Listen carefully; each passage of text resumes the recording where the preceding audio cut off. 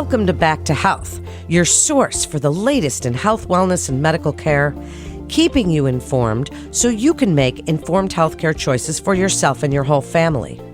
Back to Health features conversations about trending health topics and medical breakthroughs from our team of world-renowned physicians at Weill Cornell Medicine. Today's special episode is part of our Women's Health Wednesday series, which features in-depth conversations with Weill Cornell Medicine's top physicians on issues surrounding women's health throughout the life course.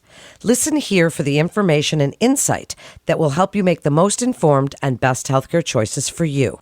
I'm Melanie Cole, and joining me today to talk about depression in women is Dr. Lauren Osborne. She's the Vice Chair for Clinical Research in the Department of Obstetrics and Gynecology at Weill Cornell Medicine. Dr. Osborne, it's such a pleasure to have you with us. And you and I were talking a little bit off the air. This is such a crisis, an epidemic that we are in right now. This mental health crisis, really an epidemic, and since COVID, even worse. Can you tell us a little bit about depression, the prevalence that you've been seeing? What are you seeing every single day? And give us a little working definition so we know what we're talking about here. Absolutely. I think you're completely right, Melanie. It is a crisis. And, the pandemic has exposed a crisis that was already there and has also exacerbated that crisis. We're seeing a lot of depression in adolescents particularly, and in the population I work with, which is exclusively women, primarily in pregnancy and postpartum. We're seeing a big increase for both. But I think it's also important to understand what depression really is. Depression doesn't just mean that you're stressed over these world events that are going on. It doesn't mean that you're sad. Everybody gets sad. Everybody has times where they have a low mood.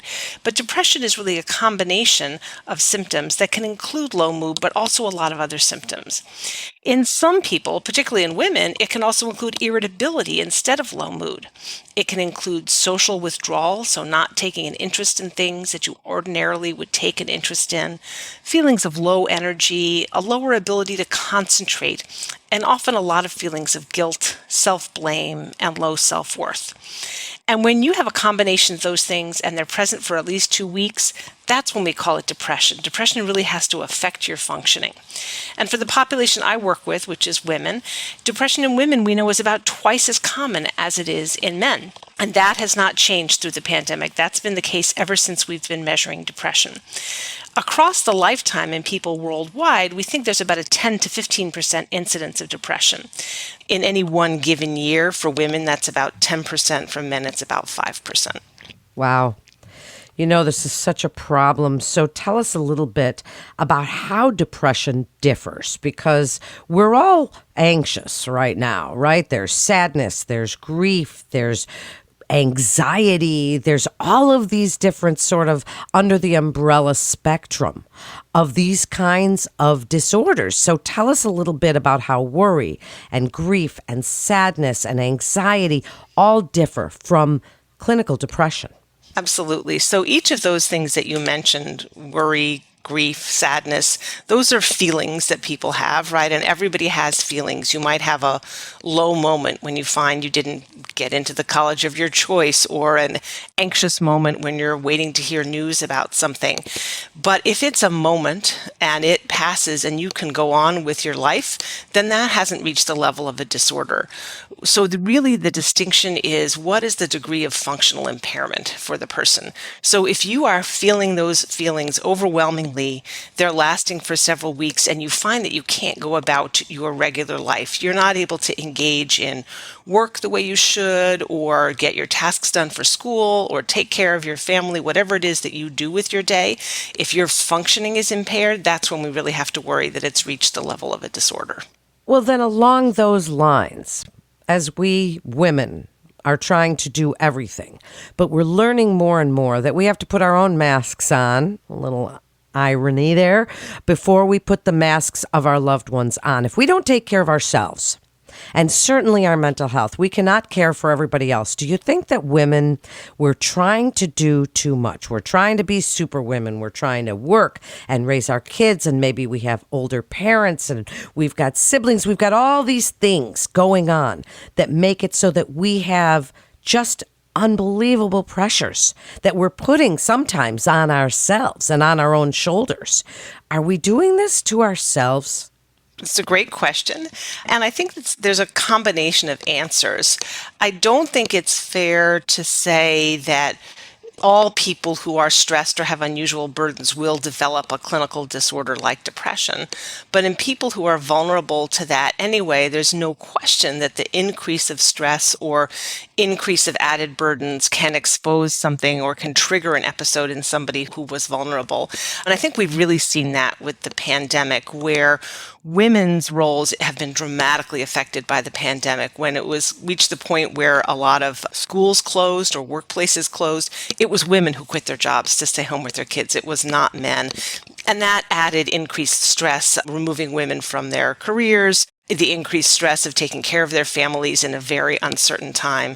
So there's no question that women have a different and higher burdens. But I also think it's important to remember that it's not just stress and higher burdens that cause things like this. There's a biological component, and people have to be vulnerable to developing a mood disorder. For women during the reproductive years, that vulnerability is higher than it is for men. Well, there's also hormones involved, right? This is also a chemical thing. And as we learn more and more about these mood disorders, we're learning about that. So let's talk about some of the warning signs. How do we know whether we're talking about in ourselves or whether we are talking about somebody we love, our daughters, our sisters, our mothers? Tell us a little bit about what we're looking for. And also, you can add in there, Dr. Osborne, are you noticing one of the red flags that maybe alcohol and drugs may be used to self-medicate some of those symptoms, tamper them down a little bit, but then become problematic in themselves? Great question. And it's fairly common to use alcohol and drugs to mask the symptoms of depression or anxiety or to cope with those symptoms. Somewhere between a fifth and a quarter of people who have a mood or anxiety disorder will use alcohol or drugs to self-medicate. It's more common actually in men than in women to do that, but it's prevalent throughout. And I think in terms of the warning signs and what to look for, again, we're thinking about that degree of functional impairment, and we're looking for a noticeable change in mood, but not necessarily a change that indicates sadness all the time. If we notice that somebody around us is starting to isolate more, isn't wanting to participate in activities, is seeming sad or down, not just for a morning or a couple of mornings, but for a couple of weeks at a time, that's when I would start to worry that there's something going on. But for some people, what we see is irritability, and we see that a lot in women, irritability or rage rather than sadness or low mood. So any kind of shift like that that's sustained over time, that isn't just an isolated incident, that's where I would wonder and worry and want to make sure somebody's evaluated for depression. So then what? If we've noticed all of those things in ourselves or in somebody we love, what is the next step? Because it's really hard to find mental health professionals right now, but with the advent of televisits, it's made it so that if someone is licensed in another state, you can see them on your computer and have your sessions that way. But tell us a little bit about the different therapies that are out there, the different modalities that can help someone that is suffering from depression. Absolutely. And you're completely right that it's very hard to find mental health care. I think one of the issues is that we have a shortage of mental health providers, but another issue is the way that insurance is structured in this country. People, medical professionals who treat mental health disorders are reimbursed by insurance companies at much lower rates than other kinds of medical professionals. So finding a mental health professional who actually uses insurance is really challenging. Telemedicine has made it somewhat easier, but there are laws across states that make it that you can't treat somebody in another state, so it's still very challenging. I think that there are a lot of effective therapies, though, if somebody can get into treatment. There are a number of very effective psychotherapies. I'm a particular fan of both cognitive behavioral therapy and interpersonal therapy, which are used a lot with the population that I treat most often, which is pregnant and postpartum women. I mean, interpersonal therapy is a kind of therapy that posits that low mood is often intertwined with interpersonal conflicts or interpersonal relationship problems and really tries to tackle those things together. Whereas cognitive behavioral therapy posits that people have automatic thoughts about themselves, and if we can change and block the nature of those thoughts, we can improve mood. So those are two really good resources. But I also think it's really important to remember that we have medication treatments for depression. And while psychotherapy can be helpful, it doesn't help everybody, and it's also not accessible to everybody. So medications are another option. Okay, so can you just give us a little brief overview? I mean, obviously, we're not going to get deep into the medications here because it's a podcast. We don't have that much time, but there's a lot of them on the market. We see so much in the media. There's the SSRIs, and then there's antidepressants. There's all these different things that we see on the market. Can you just tell us a little bit about maybe their role in helping with depression? What are they even supposed to do? SSRIs are the most commonly used class of antidepressants, so they are a subset of the antidepressants. There are lots of other antidepressants, but the reason we most commonly use the SSRIs is that they're easy to use and they have the lowest burden of side effects. They're not more or less effective than some of the older antidepressants on the market, but they just have that lowest burden of side effects.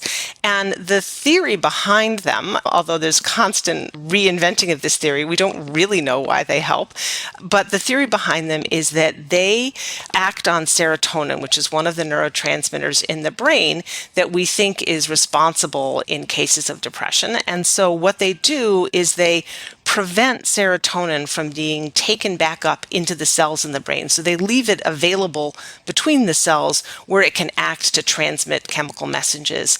And that is how it produces its action. But it has a lot of other actions. SSRIs can also combat inflammation. They also work in tangent with some of the other neurotransmitters in the brain. So they have a lot of different actions. The thing about them that I think is often hard for people to realize is that they don't work immediately. They take some time to kick in. So you really have to be patient and take them for probably 4 to 6 weeks before you're going to see any effect. And that's a really hard thing to do when you're feeling not so great. That's certainly true. Now, what about while we're doing that, while we're working with the medications?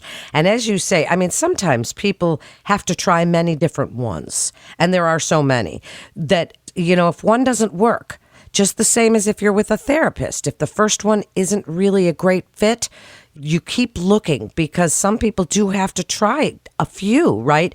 But as an obstetrician gynecologist, give us your best advice on self-care while we're trying to do these other things, while we're trying to be superwomen, while we're trying to take care of our families and deal with our own depression and anxiety and mood disorders. There are things we can do for ourselves. Please tell us about those. Absolutely. And I think that's a really important component. And I think people tend to downplay that. But there are lots of things you can do in terms of self-care that can really help mood and anxiety symptoms. And I think that's one area where you mentioned before women taking on too much and trying to be superwomen. Women don't often take on too much in terms of their own self-care. They don't tend to prioritize it. And so the things that have an evidence base in tackling mood and anxiety symptoms are exercise. Exercise can be really helpful, especially yoga has an evidence base for depression and anxiety symptoms. There's quite a bit of data on bright light therapy. So when I have a patient who is struggling, waiting for that antidepressant to kick in and really wants to do as much self-care as she can, I encourage her to get exercise and bright lights. Sometimes that's a walk in the sunshine. Sometimes it's buying a light box and sitting next to the light box during the day. And then I also think giving yourself time, social support. We know that people who have good social connections and have a lot of social support through their family and friends can help themselves in terms of their mood, and whereas people who are more isolated are more prone to not recovering from mood episodes. Yes, it's such an interesting topic. And there's so much, Dr. Osborne, that we could discuss. And I'd like you to wrap it up, what you would like women to know. Because also, some women don't seek help because there's been a stigma of mental health issues and barriers that keep us from getting help. I'd like you to take all of this into consideration and speak about really what you want the key message to be about depression, mood disorders, our worry, our anxiety, what we women are trying to accomplish, and tie it all up for us with really your best advice. I think that you're absolutely right that women tend not to seek help for themselves. And the message that I would really like to send out there to women is that depression is an illness, just like diabetes is an illness or anything else, any of the medical illnesses. And women wouldn't hesitate to take insulin if they needed it for their diabetes, but women are often reluctant to take medications for depression. They feel like it's a personal failing or something they ought to be able to get out of themselves, and that just simply isn't true. It's a biological illness. It's affected by things in our social lives and our psychological makeup, but it has a biological component, and we really need to treat it and address it.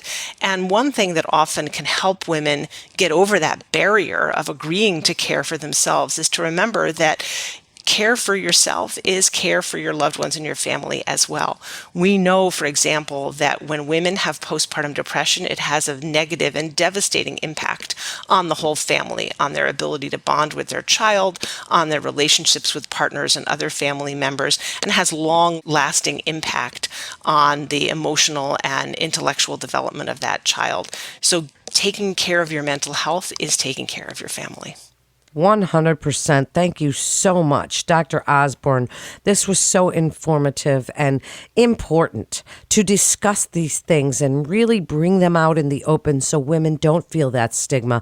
If you're interested in the services discussed here, please visit weillcornell.org or speak to your OB/GYN or primary care physician about referring you for mental health services. Thank you so much for joining us today. And Weill Cornell Medicine continues to see our patients in person as well as through video visits, and you can be confident of the safety of your appointments at Weill Cornell Medicine.